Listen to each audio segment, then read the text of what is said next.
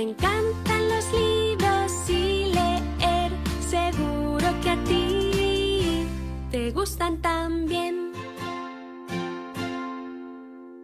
Abre un libro, ponte a leer, pronto empezarás a entender cuántas historias por descubrir, para ti o para compartir. Me encantan los libros y leer, seguro que a ti te gustan también.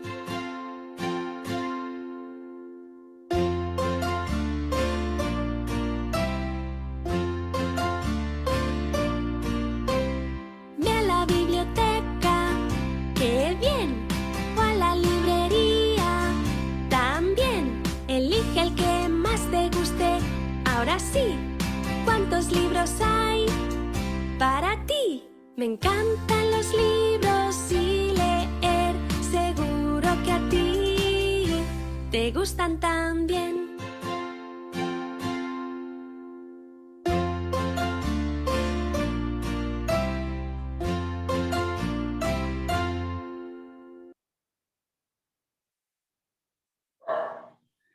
Muy buenas noches, agradecemos por su compañía una vez más. Hoy tenemos la alegría de compartir con María del Pilar Jaramillo Cuentos que curan, la princesa caballero. Han pasado los días, han pasado los meses, hay novedades. Vamos a actualizarnos en esas novedades.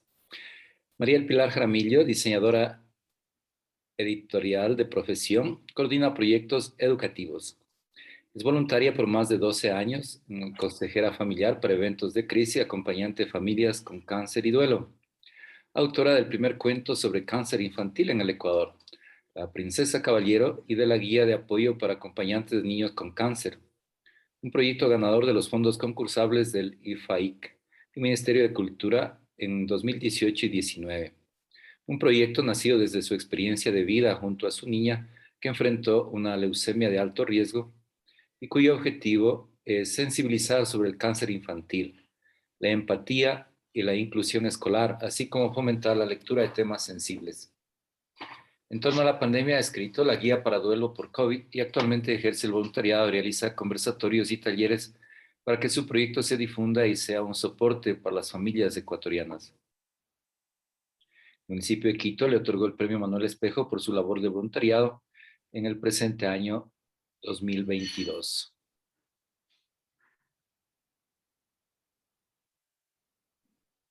La Princesa Caballero es el primer título de una colección denominada Cuentos que curan. Ha sido pensada y concebida por María del Pilar Jaramillo para aliviar y acompañar a niños y familiares que enfrentan el cáncer u otra enfermedad que requiera hospitalización.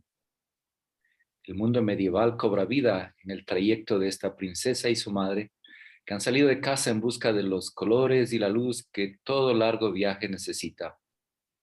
Habrá peligros y aventuras inesperadas, pero no faltarán la fuerza de los mejores abrazos ni los buenos motivos para reír.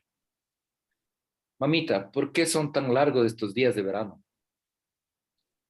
Estos días vienen así de largos para que podamos sonreír por más tiempo, para compartir juntas más cosas y para poder contarnos más historias.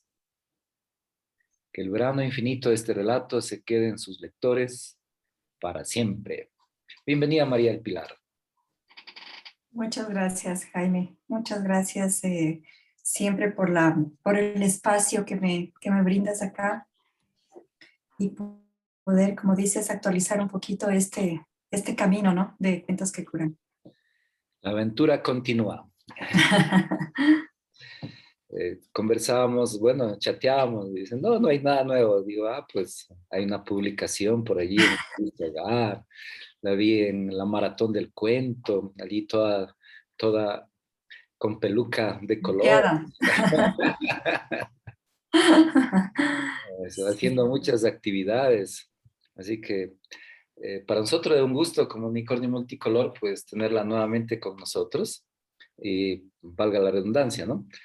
Entonces, queremos que nos cuente, a ver, que nos ponga al día, que nos ayorne de los últimos eventos. La última vez que conversamos fue del premio Manuel Espejo. De allí para acá, ¿qué novedades tiene? ¿Qué actividad ha realizado? promoviendo la princesa Caballero. Sí, bueno, gracias. Muchas gracias, Jaimito. Además, la introducción ya lo dice todo, ¿no? Siempre tan generoso con tus palabras al presentarme y al presentar mi proyecto. Justo como chateábamos, yo hacía en brevísimos minutos un retroceso y decía, Chuzo, si este semestre ha sido tan eh, especial, no he hecho muchas cosas, y tú me hacías caer en cuenta de que ha habido varias cosas y varias actividades, ¿no? Tal vez mientras estamos metidos sobre la marcha, además que tengo mi trabajo regular como diseñadora de proyectos editoriales escolares y he pasado trabajando en eso. Entonces, realmente no me había dado cuenta sí hemos hecho algunas actividades importantes, por lo menos en los meses de abril, mayo y junio, ¿no? Después del premio Manuel Espejo, que fue en marzo, y cuyo reconocimiento está todavía pendiente de parte del municipio. Sin embargo, eso ocasionó algunas entrevistas que son muy importantes para que el proyecto se pueda difundir.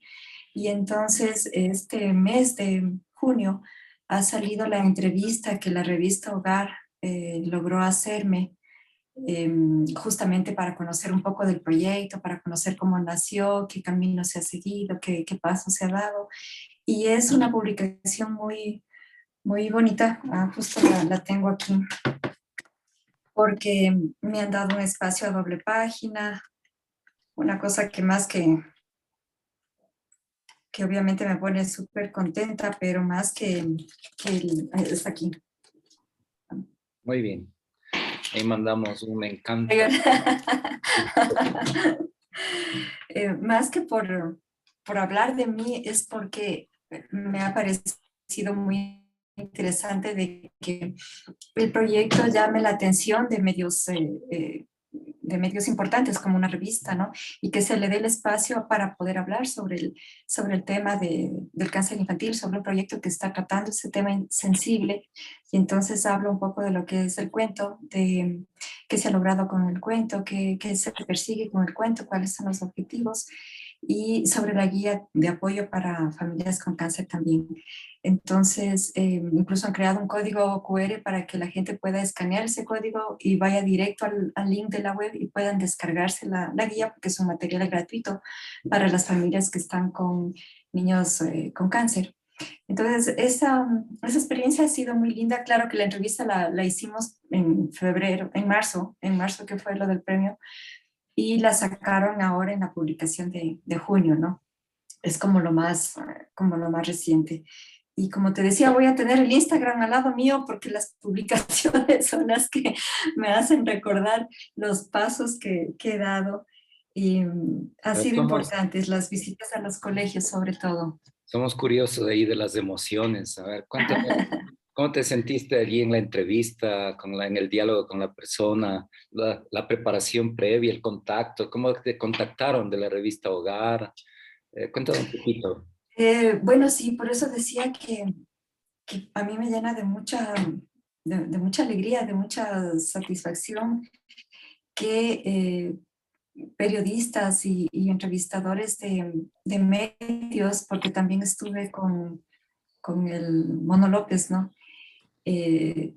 Hayan puesto los ojos sobre el proyecto de cuentos que curan, que realmente llame la atención, que realmente les parezca que es algo importante que no se está haciendo, o que no hay más personas que las esté haciendo, que haya ahora alguien pionero en esto y que está abriendo ese camino, ¿no? Para que haya más personas y más gente que quiera hablar sobre estos temas sensibles, que dejemos de tenerle miedo a hablar de la muerte, a hablar del cáncer, a hablar de enfermedad, a hablar de estas cosas que realmente no son muy agradables, pero que hay que abordarlas para poderlas justamente afrontar de la mejor manera. Entonces Nicole, que fue la chica que me llamó de Revista Hogar, incluso ella está en Riobamba, ella vive allá y trabaja desde allá para la Revista Hogar, había visto la noticia sobre el premio Manuel Espejo y me contactó directamente y me pidió la entrevista. Entonces, Ha sido muy chévere. Ella, las dos personas, Roxana también de Últimas Noticias del diario El Comercio también me llamó. Después de ver el premio y de ver por qué se había hecho esa premiación, ese tipo de premiación, ¿no? Y han sido entrevistas que han hecho clic, en la que hemos hecho clic de lado y lado. Gente nueva, gente súper comprometida también con estos temas sensibles nuevos, gente joven, que está abierta, ¿no? Abierta a escuchar nuevas propuestas. Creo que ese es el resumen de las entrevistas que he tenido en el sentido de los medios de comunicación. Y con Nicole pasó eso, como que nos hubiésemos conocido y comenzamos a hablar mucho ya de la experiencia y del tema. Nos hicimos amigas finalmente. Qué bien, qué bien. Ahí vamos, ¿no? La lectura y los cuentos nos hermanan. Ahora tenemos una comunidad que se va ampliando, una comunidad lectora, con las historias de vida y ahora con cuentos que curan.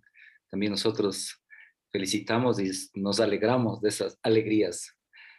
Muchas gracias, Jaimito. Un dicho que desde muchacho a mí me llamó la atención, que decía, una tristeza compartida se transforma en media tristeza, pero una alegría compartida se transforma en doble alegría. Así que se multipliquen esas alegrías. Muchas gracias, ojalá que sí. Bueno, justamente después de la última vez que conversamos, yo recuerdo haberte dicho que el tema de entrar con el cuento que habla sobre cáncer infantil en los colegios no me ha sido muy fácil. Y, y después de esa entrevista tuve dos llamados a colegios justamente y eso fue para mí como haber decretado el deseo de querer ir a los colegios y de que se haya dado. Entonces estuve en el colegio en una unidad educativa del Milenio del Sur y fue por el Día Internacional del Libro Infantil. Entonces fue muy chévere porque las maestras estuvieron ahí y el tema del cáncer, como tú dices, aparte de que es un tema sensible y de que no puede no agradarnos hablar de eso, sin embargo, siempre yo encuentro historias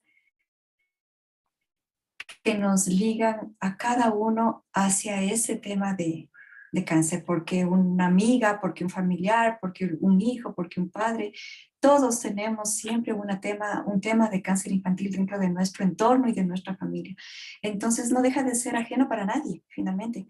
Y el conversar con los niños, con ellos, claro, hay que mantener un lenguaje más cercano, hacer metáforas para poder explicar lo que es el cáncer. Sin embargo, ellos están muy abiertos a conocer, a querer saber. Fíjate que yo preguntaba en el auditorio, porque fueron dos cursos más o menos de 9 años los niños. Entonces yo les preguntaba, les contaba el cuento y les preguntaba, ¿no? Ya fuera de cámaras, fuera de cuento, si es que ellos sabían si el cáncer era contagioso o no era contagioso. Y más de la mitad me contestaron que era contagioso. Lo que pues a mí me abrió mucho más el deseo de seguir haciendo campaña, de seguir yendo a los colegios a hablar sobre el cáncer infantil, porque si esa es la idea que tenemos, nos falta comunicar, nos falta informar, nos falta hacer campañas de concientización sobre eso, porque el cáncer no es contagioso y entonces había que explicarles eso, ¿no? Y que si es que hay un compañero de ellos que regrese a la escuela, ¿cómo lo van a recibir? Y muchas veces la discriminación, como he dicho en otras ocasiones, se da por esa falta de información. No es que los niños sean malos, no es que sean crueles, ¿no? Sino que no saben cómo actuar, porque no están, no saben, no saben a qué se están enfrentando. Y muchas veces más bien somos los padres los que queremos evitar que nuestros hijos escuchen estos temas. Eso me pasó en este colegio, en esta escuela, era una escuela fiscal. Y fíjate cómo es también esa brecha que tenemos sobre la educación fiscal y la educación particular, ¿no? Porque luego estuve en el colegio, en el liceo Ortega y Gasset, digamos que de otro nivel socioeconómico, de otras oportunidades para los chicos. Y fue el mismo tratamiento. Conté la historia, conté el cuento, hice las mismas preguntas y las respuestas fueron distintas. En este grupo, pues la mayoría sabía lo que era el cáncer, la mayoría sabía que no era contagioso, la mayoría sabía que podía recibir a algún compañero que estuviera en esa situación con cariño, como era antes, de la misma manera, tratar de que las cosas para ese niño que se reinserta a la escolaridad sea lo más parecido a lo que tenía antes, ¿no? A su normalidad anterior. Entonces han sido experiencias súper distintas de colegio fiscal y de colegio particular, pero siempre aprendiendo, siempre yo aprendiendo en ese sentido de los niños y sobre todo porque eso me clarifica y me muestra el siguiente paso, ¿no? ¿Qué es lo que quiero seguir haciendo? En dónde quiero seguir trabajando? ¿Qué es lo que puedo seguir ofreciendo para que desde el lugar donde estoy pueda contribuir con esa información, con ese granito de arena en que algún día podamos decir que el cáncer no solo que no es igual a muerte, sino que lo podemos sobrellevar también y lo podemos vivir de la mejor manera posible. Qué bien. Después de estas visitas a los colegios, cuéntanos. Ahí está con el Instagram en la mano. A ver, ¿qué Aquí sigue? estoy con aquí estoy con mi lista. Bueno, pues después he tenido también una experiencia muy linda con fundaciones. También he ido a la fundación Por una Vida se llama. Esta fundación trabaja directamente con las familias y con los niños con cáncer del Hospital Bacortiz de acá de Quito. Y fue una experiencia increíble, muy linda, porque recordé no solamente cuando yo viví eso, cuando yo pasé por ahí, cuando yo estuve ahí antes, y la fundación se portó muy generosa conmigo al abrirme ese espacio, al haberme dado la confianza de poder dar un taller. Ellos tienen su psicóloga, pero el haberme dado justamente esa confianza y ¿qué te puedo decir? Esa seguridad de que yo iba a poder aportar con sus familias, con sus mamás sobre todo, ¿no? Fue un tema súper lindo para tratar que se llamaba Haciendo las paces con el cáncer. Y fue una experiencia muy chévere, porque creo que cuando tenemos una situación de cáncer, cuando a uno le dicen que tu hijo tiene cáncer, se nos acaba el mundo primero, ¿no?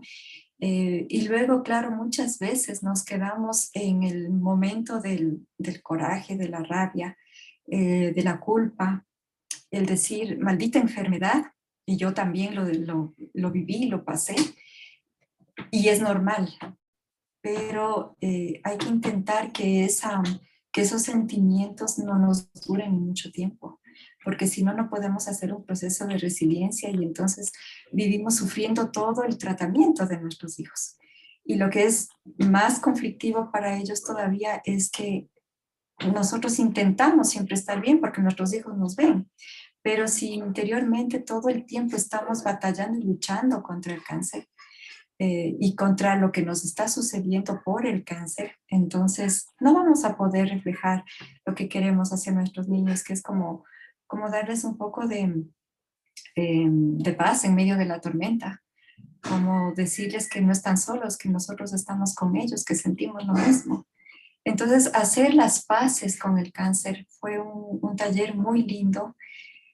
Obviamente yo creo que en una sesión no lograré que salgamos abrazando el cáncer, pero sí ese primer paso sí logramos dar, lloramos muchísimo, nos abrazamos entre todas y eso creo que finalmente es muy sanador, ¿no? Entonces fue una experiencia muy linda. Al final repartieron desde la fundación repartieron certificados también para las mamás que asistieron. Y yo llevé mis kit de cuentos que aún los tengo de la campaña anterior, del año anterior. Entonces entregamos un kit de cuentos para cada uno de los niños, las guías de apoyo y así terminamos ese encuentro con las mamás. Y después tuve un encuentro con la fundación, la de las pelucas, que se llama Dibujo una sonrisa, que me invitaron porque ellos tenían ellos lo que hacen es recolectar cabello, ¿no? Para poder fabricar pelucas y atienden a niños y a gente adulta también, jóvenes y gente adulta con cáncer. Sobre todo mujeres, ¿no? Que son las que quieren usar la peluca.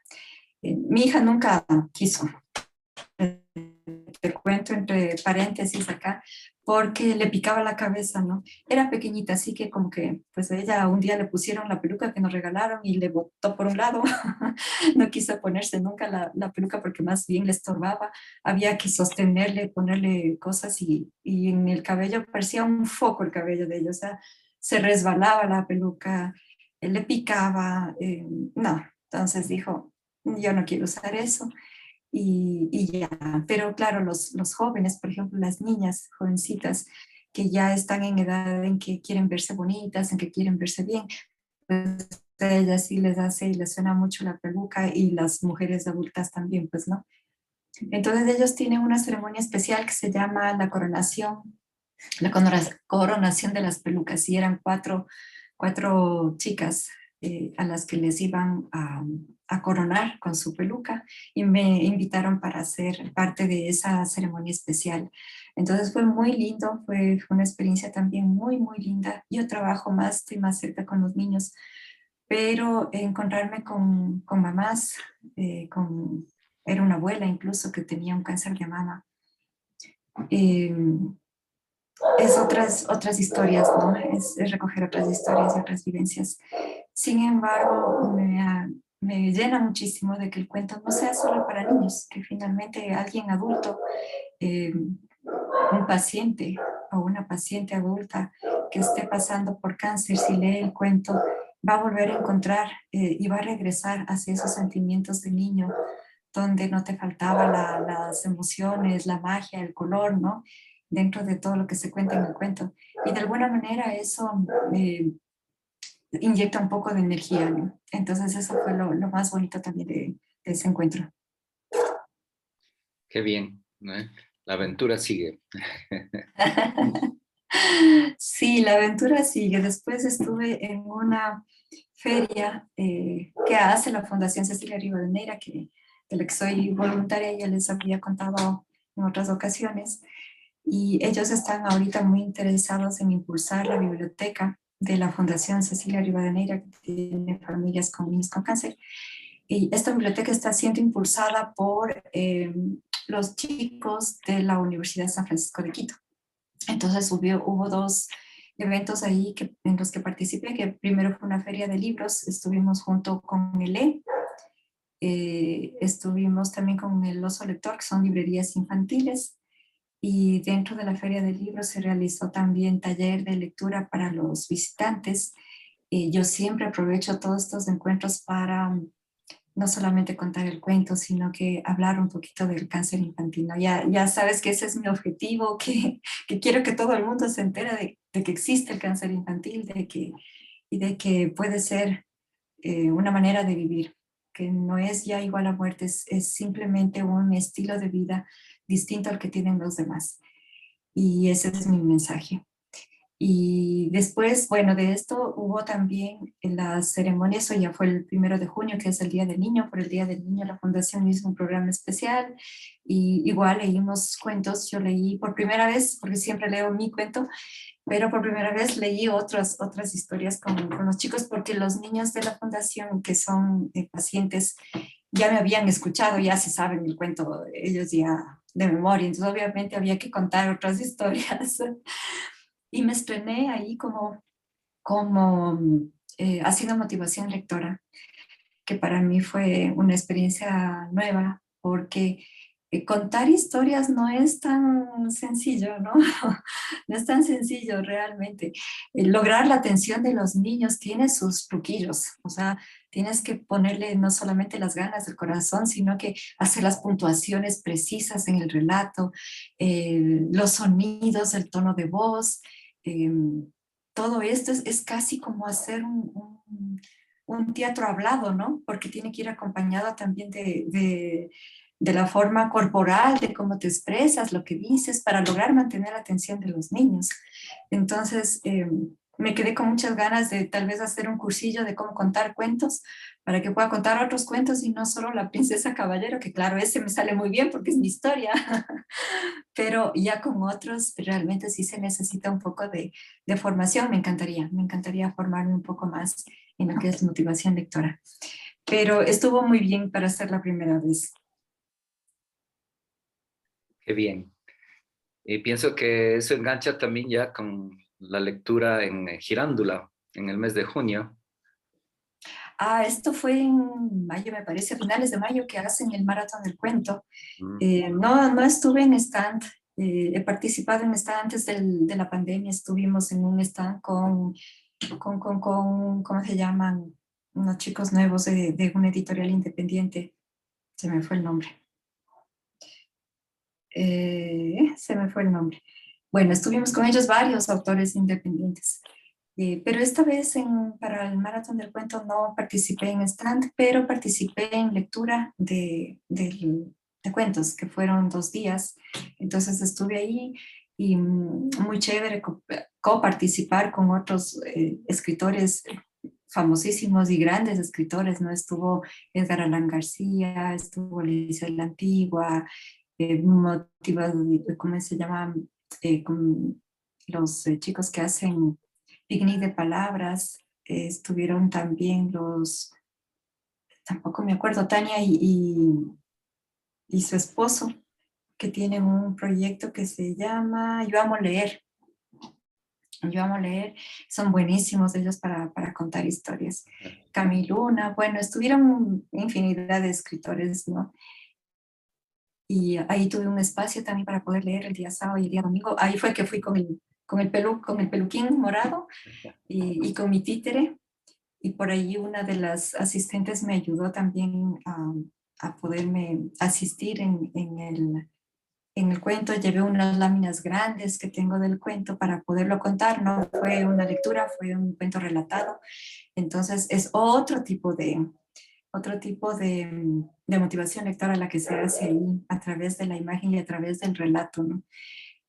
Todas experiencias diferentes, como me escuchas, muy diferentes, pero que sí han ido enriqueciendo las actividades que hago todo el tiempo. Entonces, fue muy chévere estar en el Maratón del Cuento también. Leonor Bravo estuvo cerrando la jornada y al final pues tuvieron muchísimas otras actividades también de promoción lectora. Hice un taller con Armin Alfonso, que es tallerista también de infantil y juvenil, así que fue un taller interesante con él. Estaba dirigido a facilitadores y a maestros, pero yo creo que como padres también somos maestros en algún punto. Eso nos toca todos los días con nuestros hijos. Entonces, conocer estrategias de cómo saber llegar hasta nuestros hijos para poder meternos dentro de su aprendizaje fue súper interesante. Eso es lo que he hecho hasta el mes de junio. Julio sí, ya he parado un poco porque estoy con temas de producción editorial escolar. Julio y agosto me imagino. Pero en septiembre, que va a empezar ya el nuevo año escolar, ya tengo una conversación con la Fundación Camila Salomé. Ellos hacen soporte escolar a niños con enfermedades catastróficas y con cáncer. Entonces, ya me he puesto en contacto con ellos porque me encantaría poder hacer un taller de inicio de clases y entregar un kit de cuentos a los niños que ellos tienen dentro de su listado de estudiantes. En este caso sería más Bien, capacidades de estudiantes. eso aquí ya es incluir en la escolaridad a los niños enfermos con el cáncer, ¿verdad? Sí, sí, sí. Qué Y bien. es importante trabajar con ellos, justamente esa inclusión, esa vuelta a la escuela, ¿no? Que es la que te contaba al inicio, cómo son recibidos los niños que están con enfermedades catastróficas o que son pacientes de cáncer. En algún momento ellos ya siguen en tratamiento, pero ya pueden ir a la escuela. Mm, Entonces, ¿cómo pueden ser incluidos, ¿no? Creo que eso es importante que se pueda trabajar también en el aula. qué bien, qué bien. Los mejores augurios para que siga adelante el proyecto. Cuentos que curan. Bien, allí pues ahora cambiamos de tema un poquito, vamos a la persona de María del Pilar. Como tengo el contacto ahí en el Facebook, veo las publicaciones, entonces a ver que Ujú. hace poco fue por Cala Cali, estuvo con el papá, Ah, recordar las sí. raíces, a ver que estaba ahí. En Colombia dicen chicaneando, aquí sería en Ecuador lamparosiana, no me gusta. Cuando uno... Puebleando estuve. Me gustaría, Jaimito, contestar una pregunta que acabo de ver en el chat, Ya, donde nos pregunta Dana, dice, y ¿no? Dana. Adelante, Dana Guayaquil, buenas noches. ¿Ningún cáncer es contagioso? Pregunta. Así pone ella. Ningún cáncer es contagioso, Dana. Ningún cáncer, porque el cáncer no es un virus y entonces no es contagioso. Tampoco es una bacteria. El cáncer es el crecimiento anómalo y en cantidades muy rápidas y gigantescas de células y de tejidos que se dañan en el cuerpo humano, en el cuerpo de quien lo está sufriendo, es decir, que nunca van a contagiar. Iker Kaisa tiene levantada la mano. Adelante, Iker. Hola, en primer lugar, buenas noches con todos y gracias por permitirme participar. Tengo unas preguntas que me surgieron mientras daba su exposición. Una pregunta que me surge así es, ¿cómo logra poner en palabras este tema tan sensible del cáncer? O sea, una vez que usted se pone a escribir, ¿cómo se siente sentimentalmente? Porque si es un tema tan sensible, yo solo con escucharlo o leerlo, yo me pongo sensible. Entonces, usted al escribirlo, ¿cómo se siente? O sea, una vez terminado.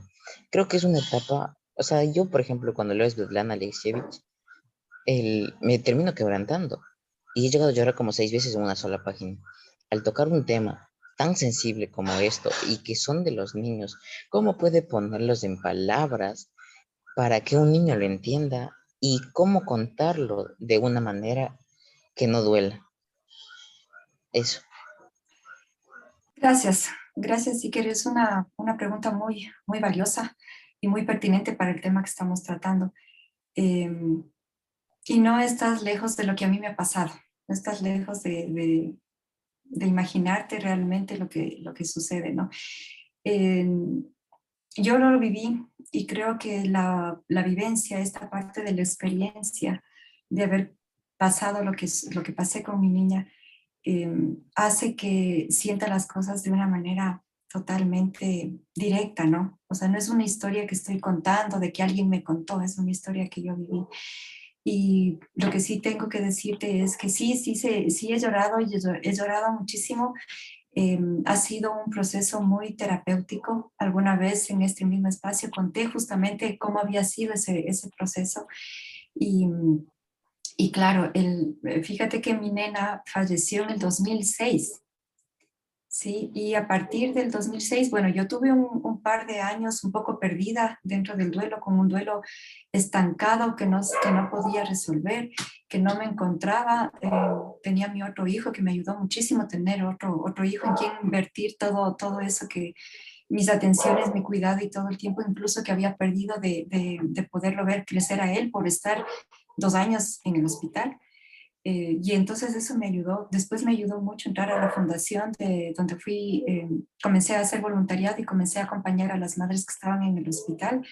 Pero de esto pasaron más de 10 años. Entonces el día en que yo me animé, creo que fue una decisión valiente de mi parte, me animé a escribir la historia que viví con mi nena. Fueron muchos años después. Yo no sé si es que lo hubiera logrado antes. Sí, el cuento salió en el 2018. Es decir, que en este agosto, justamente el mes que viene, estoy cumpliendo 4 años con este proyecto. Este proyecto lo lancé a los fondos concursables sin pensar que los iba a ganar. Realmente fue como un impulso. Tuve un par de amigas que ellas me escuchaban todo el tiempo y me decían, tienes que escribir, tienes que escribir.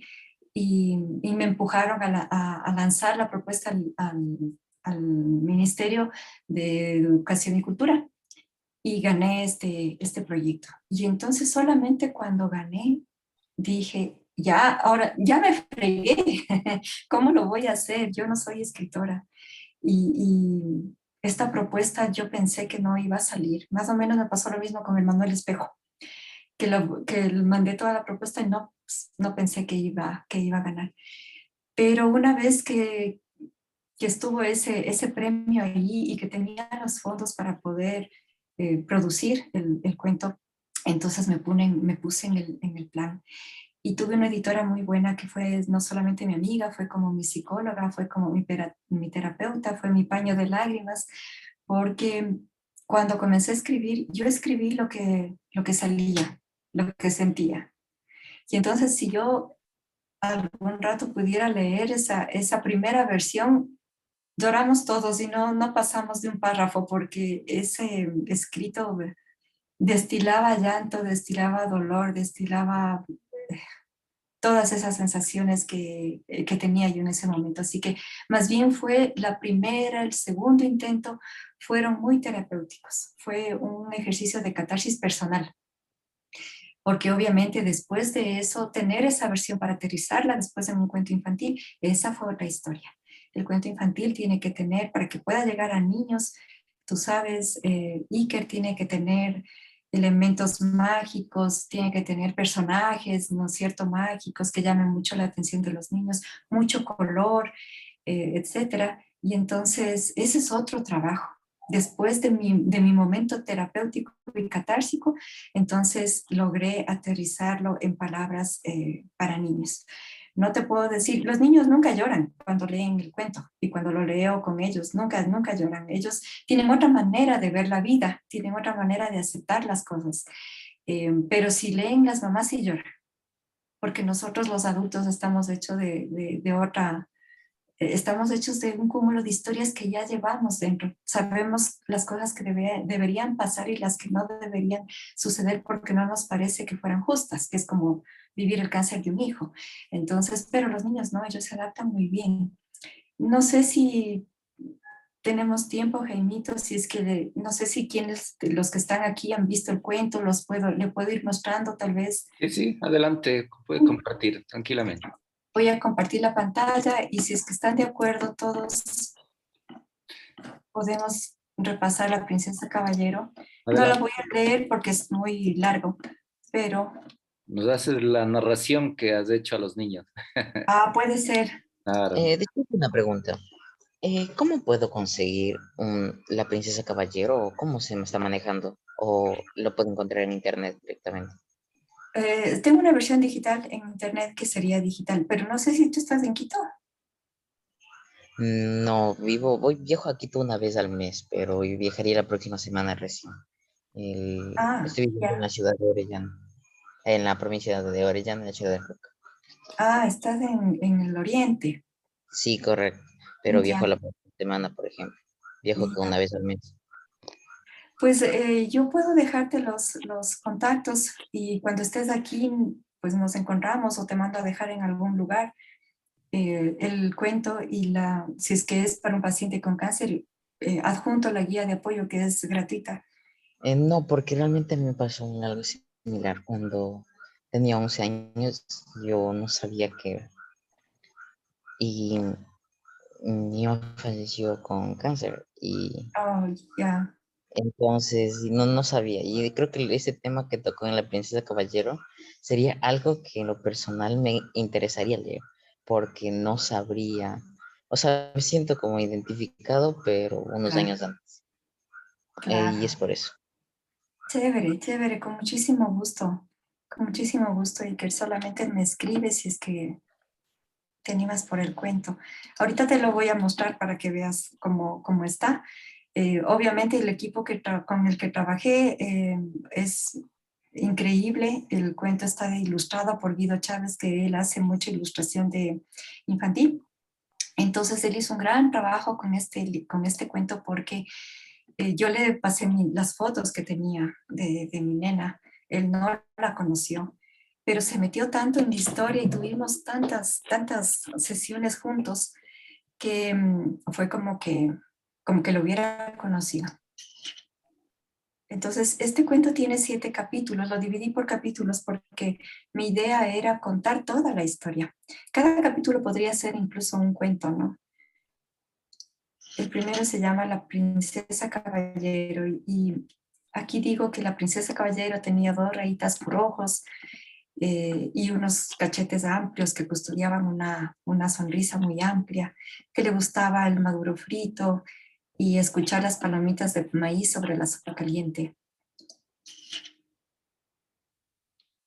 Tenía un hermano con el que jugaba en la tina del baño y libraban batallas, ¿no? Ella con sus caballos, con su ejército de caballos de crines de colores y él con un ejército de piratas. Pero siempre, siempre la princesa caballero ganaba. En el capítulo 2, que es el día violeta, es el día del diagnóstico prácticamente, ¿no? Entonces ahí voy contando cómo pasó. La mañana en que ella se despertó y que la miré y tenía muchos puntitos violetas sobre su piel y ya no se levantó ni para ir al paseo que habíamos planificado la noche anterior y se quedó en cama. Y desde lejos sus juguetes le veían muy preocupados. Entonces le llevamos al doctor y al doctor no le gustó el vestido de puntitos violetas y nos dijo qué tratamiento íbamos a hacer, cómo, cuándo, cuánto iba a durar. Y para explicarle a mi hija qué es lo que le estaba pasando, yo le dije que su corazón era como un reino y que ahora ese reino había sido invadido por un ejército de soldados que vinieron de un planeta lejano llamado el ecosistema 021 y que estos eran miles de soldados que estaban bajando hacia la tierra y comenzando a invadir su corazón, pero que no iba a estar sola, que contaba con su familia, con su hermano y que juntos íbamos a ganar esta batalla. Y entonces al otro día, claro, se levantó mejor, con más ánimo y conoció al equipo de médicos, al médico que era como un mago, porque claro, lo que el médico hacía a ella le curaba, ¿no? Le calmaba el dolor, entonces era como que hacía magia. La tortuga, la mariposa y la flor. Y aquí voy contando un poco cómo eran nuestros días en el hospital.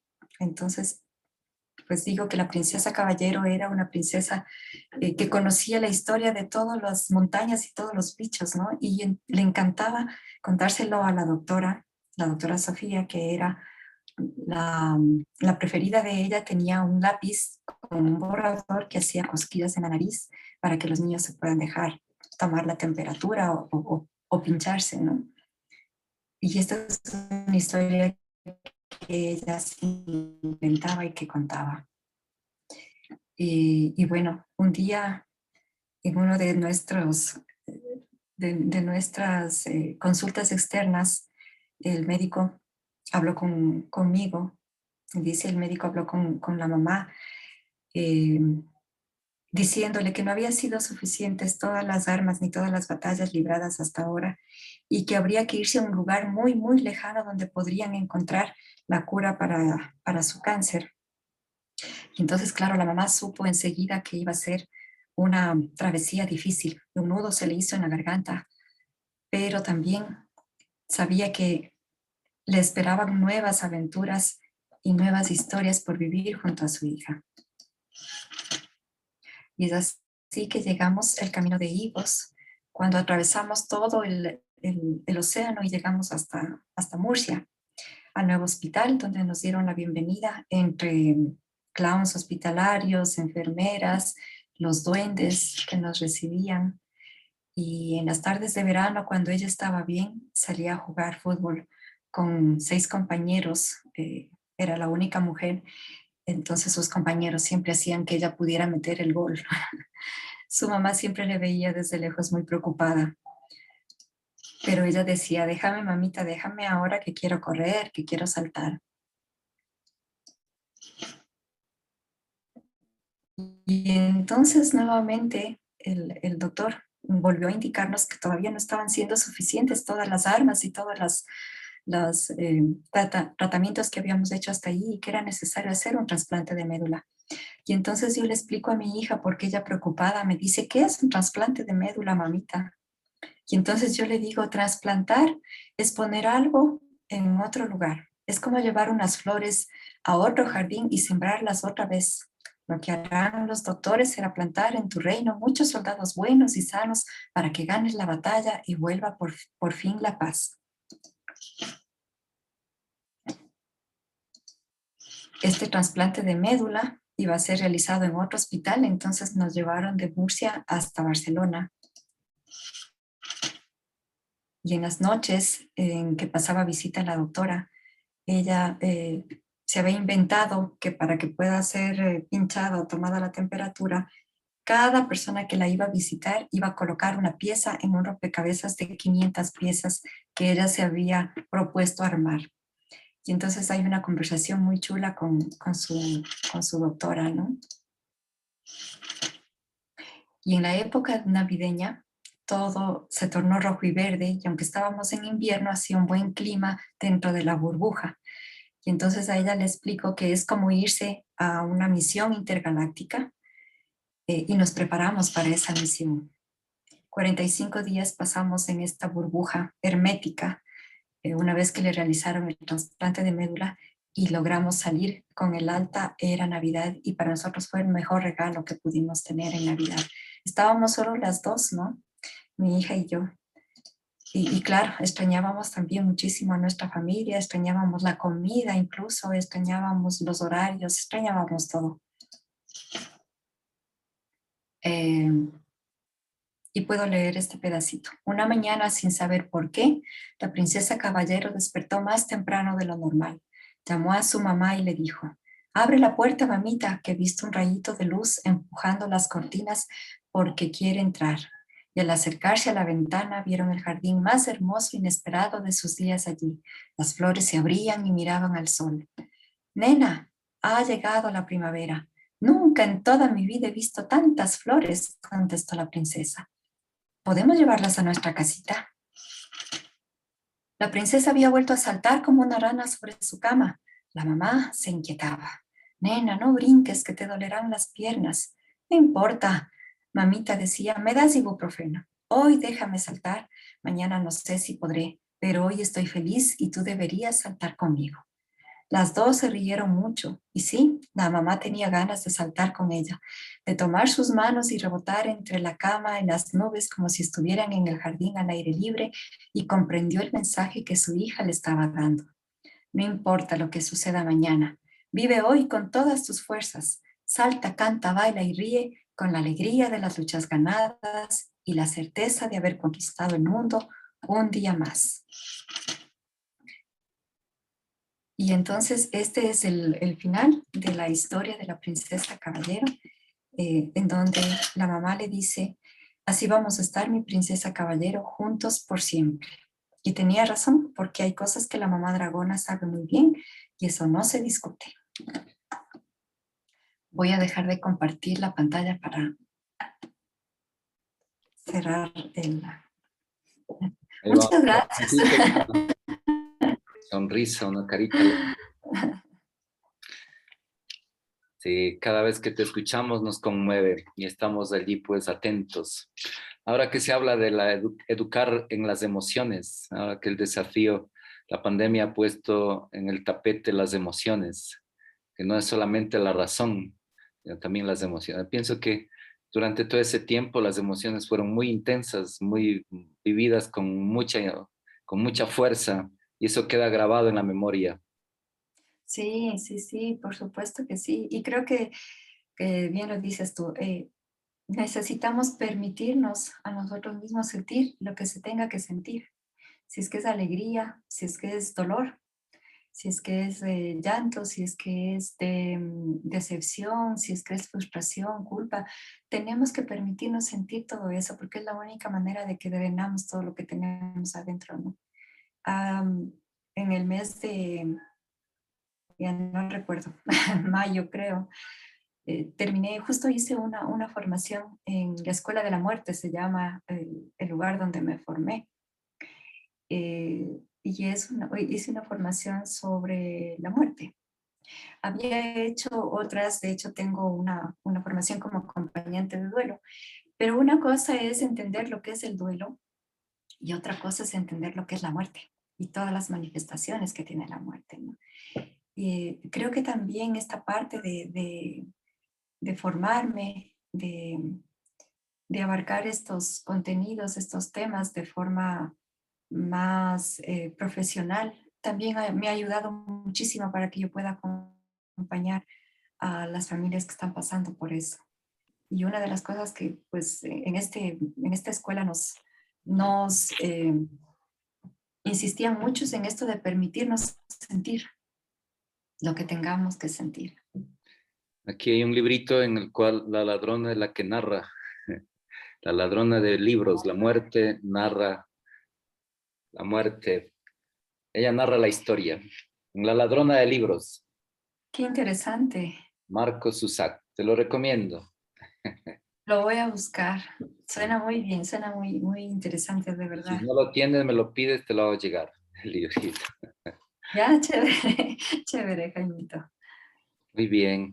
Mira que cada vez siempre hay algo nuevo, cada vez profundizamos un poco más y vamos adelante con esto. Así que al recordar, al revivir, a compartir las emociones, ¿no? Pienso que, como decía, los adultos llevamos ya una carga, un paquete dentro que resuena y eso es lo que nos conmueve. Entonces, vamos a volver al tiempo actual. Entonces, sigue vibrando con las emociones. A ver, entonces, ese viaje, este último a compartir con el papá en el pueblito, a ver, cuéntanos un poquito. Empatamos la Ah, vida, estuvo la chévere. vida, la vida en la niñez, que por el cáncer se truncó, pero hay el papá que es el origen de la vida, y el volver a los orígenes, la familia. Cuéntanos un poquito tus emociones. Sí, yo creo que desde los abuelos, ¿no? Hoy es el Día del Abuelo, casualmente. No, ¿Sí? no he podido sacar ninguna publicación hoy día acerca de eso, pero los ¿Qué abuelos son tan dice? importantes en la vida nuestra, en nuestra vida, porque son parte de nuestras raíces, ¿no? Es parte de donde venimos, de donde nacemos, aunque no los hayamos conocido, pero tenemos esas historias que se hacen vivas en cada experiencia nuestra. Mi papá es de Calacalí y es primo de Carlota Jaramillo, que es la Ah, qué famosa bien, es Carlota famosa Carlota Jaramillo. Jaramillo allí de... Bueno, ella es la famosa, ¿no? La famosa Carlota Jaramillo de Calacalí. Está hecho ahora su casa, es ahora un museo, pero es prima directa de mi papá. Mi papá tiene una historia muy, muy sentida. Él perdió a su mamá cuando tenía 2 años de edad Ah, y quedó a cargo de su papá, o sea, de mi abuelo. Ellos vivían en Calacalí, que era un pueblo chiquito de Calacalí. Y claro, él salió a los 8 años cuando los josefinos fueron de visita a Calacalí y se lo llevaron. lo Y llevaron claro, al seminario menor, Ambato. se lo llevaron porque, claro, el abuelo solo se vio como, imagínate en esos tiempos, ¿no? En esos tiempos en donde la mamá era la gestora y además era quien cuidaba a los hijos. Entonces, claro, el abuelo no tenía idea de cómo criar a su hijo. Así que a él le pareció que lo mejor que podía hacer por mi papá era entregárselo a los josefinos donde iba a tener educación, donde iba a tener alimento, donde iba a tener todo lo que él no le podía dar. Y entonces se despidió y mi papá se fue. Obviamente siempre estuvo volviendo, ¿no? Volviendo donde su padre y todo lo demás. Después tuvo 2 hermanos que son mis tíos, en fin. Y después, bueno, mi papá ya tuvo su familia y siempre recuerda Calacalí, siempre quiere volver a Calacalí. O sea, siempre, ahora que él ya está abuelo, tiene 94 años mi papi, Wow. ahora es abuelo y es bisabuelo. Entonces, claro, él comienza a contar sus historias de cuando era chico, ¿no? Y el domingo le dije, vamos a Calacalí, pues vamos a ver cómo está su pueblo, vamos a ver qué gente queda ahí de su tiempo. Y entonces llegamos a almorzar en Calacalí y fue tan casual todo, porque cuando llegamos a la casita, una casa que ahora está convertida en un restaurante muy bonito, muy chévere, comimos ahí y me encontré con la dueña del restaurante, que era amiga mía. Yo la había conocido aquí dentro de temas profesionales más bien y la encontré allá. Y cuando nos pusimos a conversar me dice, esta era la casa de mi abuelo. Entonces, claro, mi papá, que es muy lúcido, él se acuerda de fechas de años y con un detalle impresionante. Entonces le dice, ¿y quién era su abuelo? Le dice, mi abuelo era el Jingue le han sabido llamar, ese era el apodo, ¿no? Ah, el Jingue, dice, pero claro, entonces yo me estaba acordando de esta casa porque cuando yo era niño, tendría unos 8 años, mi abuelo me mandó a traer la leche en una vasija de barro, porque así era en esos tiempos. Y para nomás ir a traer la leche había que caminar kilómetros, ¿no? Entonces yo me iba de mañana y regresaba ya tarde y caminaba tanto, estaba tan cansado que me senté en una vereda. Y hacía un viento tan fuerte en agosto que levantó la puerta del garage. Imagínate esas puertas antiquísimas, perdón, Pesadas, de pesadas, de madera manera con pesada. hierros pesadísimas. Dice, levantó el viento la puerta y yo solamente sentí que algo me aplastó. Y claro, se le ha caído la puerta en el tobillo y le hizo pedazos el tobillo, pero la leche a salvo, dice él. Mi tobillo quedó hecho pedazos, pero se salvó la leche, porque si no llegaba con la leche, mi papá me castigaba. Entonces él cuidando su vasija de barro con leche y con el tobillo hecho pedazos. Claro, no se había podido mover y cuando ya papá, o sea, mi abuelo le fue fue a buscarle en donde se había quedado porque nunca regresó a la hora que era y ya estaba preocupado, entonces le encontró ahí en la vereda esta y le llevó donde el curandero, que era el único curandero del pueblo de Calacalí. Casualmente era ahora el abuelo de esta amiga mía donde estábamos almorzando. Entonces fue un encuentro así muy casual, pero muy lindo porque mi papá recordaba todas estas historias, ¿no? Y de alguna manera, yo te digo, nunca conozco muy poquito el pueblo. Sí fue de allí, de mi abuelo, de mi papá que estuvieron ahí. De alguna manera nos hace reconocernos, ¿no? Es parte de lo que uno tiene dentro como su historia, ¿no? Y contar el cuento y contar la historia, llevar libros y cuentos. Entonces yo creo que todas estas cosas nos mueven finalmente desde adentro, ¿no? Sí, realmente eso es y eso es lo que queremos, ¿no? Que las historias nos hermanen, que fluya esa comunión al interno de la familia. Y esto nos, nos mueve y nos motiva, volver a los orígenes, recordar de dónde vinimos. Recordar de dónde vinimos. Y creo que ahí vas encontrando también razones, muchas respuestas que a veces no tenemos a algunas preguntas, ¿no? A veces no sabemos por qué, no sabemos por qué. Y ahí están ahí, en el nido, como decía mi abuelo. Muy bien, María del Pilar, se ha pasado la hora muy rapidito. Sí. Nuevamente el agradecimiento y adelante, que la aventura continúa. A Muchas seguir gracias. contando historias. Muchas gracias. Gracias a todos los que se han conectado. Gracias por escucharme. Una buena semana para todos y hasta otra oportunidad. Muy bien, seguimos en contacto. Vamos a poner la publicidad de Unicornio Multicolor y luego abrimos micrófonos para despedirnos. Muy bien.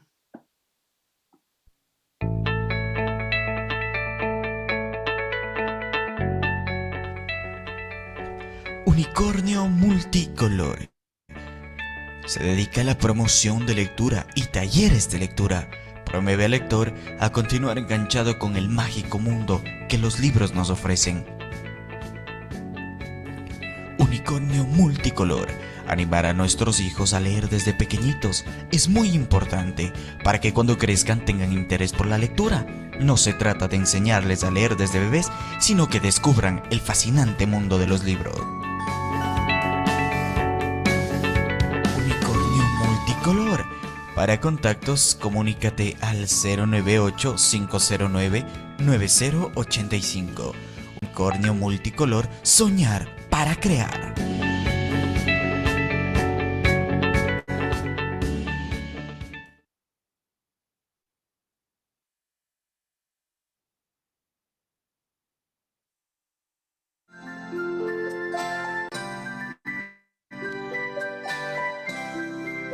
Y colorín colorado, este cuento se ha acabado. Otro día volveremos con historias para ti. Y colorín colorado, este cuento se ha acabado. Otro día volveremos con historias para